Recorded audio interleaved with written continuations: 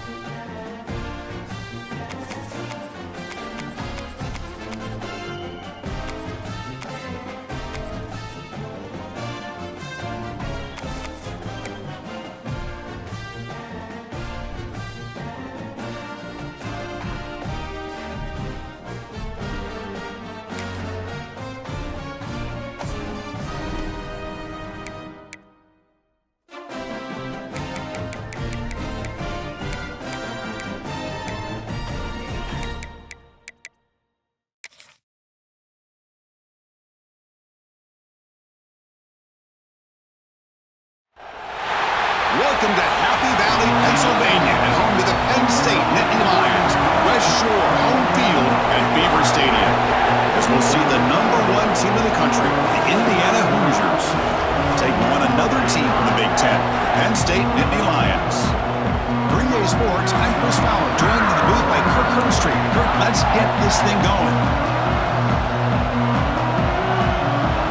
The Nittany Lions will kick this deep to start us off.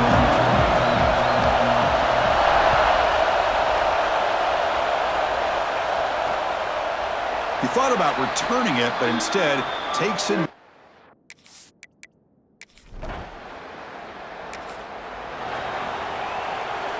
What's the call here? The drive begins with excellent field position.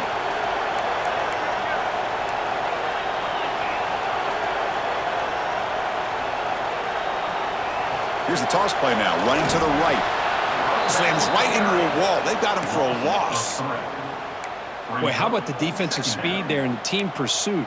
They recognize the toss sweep from the middle of the field and show their team speed to be able to eliminate this play.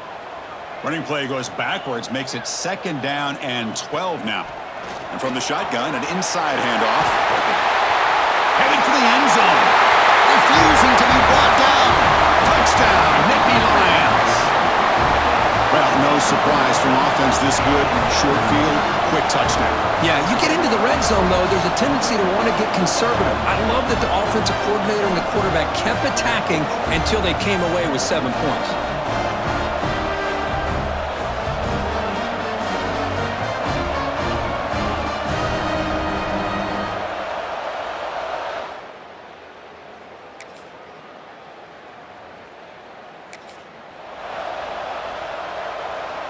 And the Nittany Lions offense retakes the field. They were able to punch it in the end zone last time, looking to do the same thing here to see if the defense can make adjustments.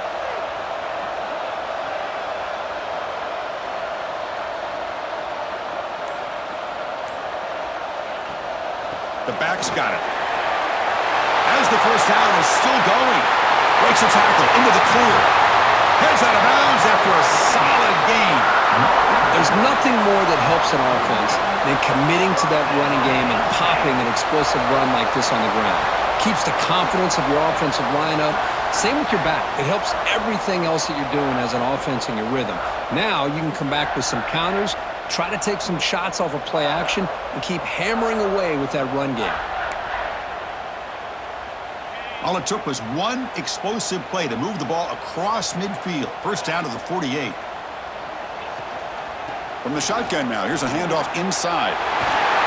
They tackle him, but the gain moves the ball to the 36. What a nice job here by this offensive line in the back to pick up this first down. And, Chris, you know better than me growing up in this area. Penn State's offense and the ability to run the ball, probably been doing it as well as anybody in college football for decades, going back to guys like the late, great Franco Harris and Kajana Carter and Larry Johnson and Miles Sanders more recently, and, of course, Saquon Barkley. I mean, the list goes on and on of great Penn State running backs, and I'm sure they're proud to see him running the football the way he is today. Here's the handoff. They test the middle of the defense, but get nothing. It was an excellent effort by this defense, just staying in their run fits, holding their own at the line of scrimmage, and then making a tackle. Offense just couldn't get enough of a push to get any yards at all. They finally stop him at the 8. It'll be 1st and goal.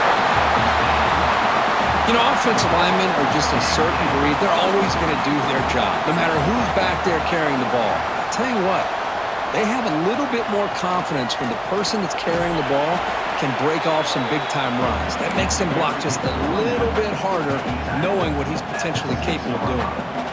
2nd and goal for the offense. Handoff inside, looking for the touchdown. And he fights into the end zone. Touchdown, Penn State. Chris, we get so caught up in this era of the spread, of throwing the football and the quarterback and the receivers. This is a great example of the value of having a running back that has a nose for the end zone and can take it in for a touchdown.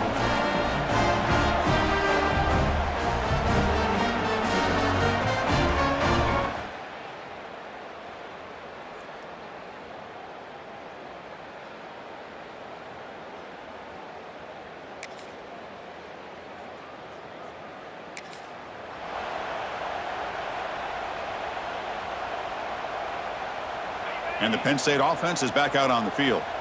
In the last possession, the defense just had no answer for this powerful ground game. Let's see what they can do this time.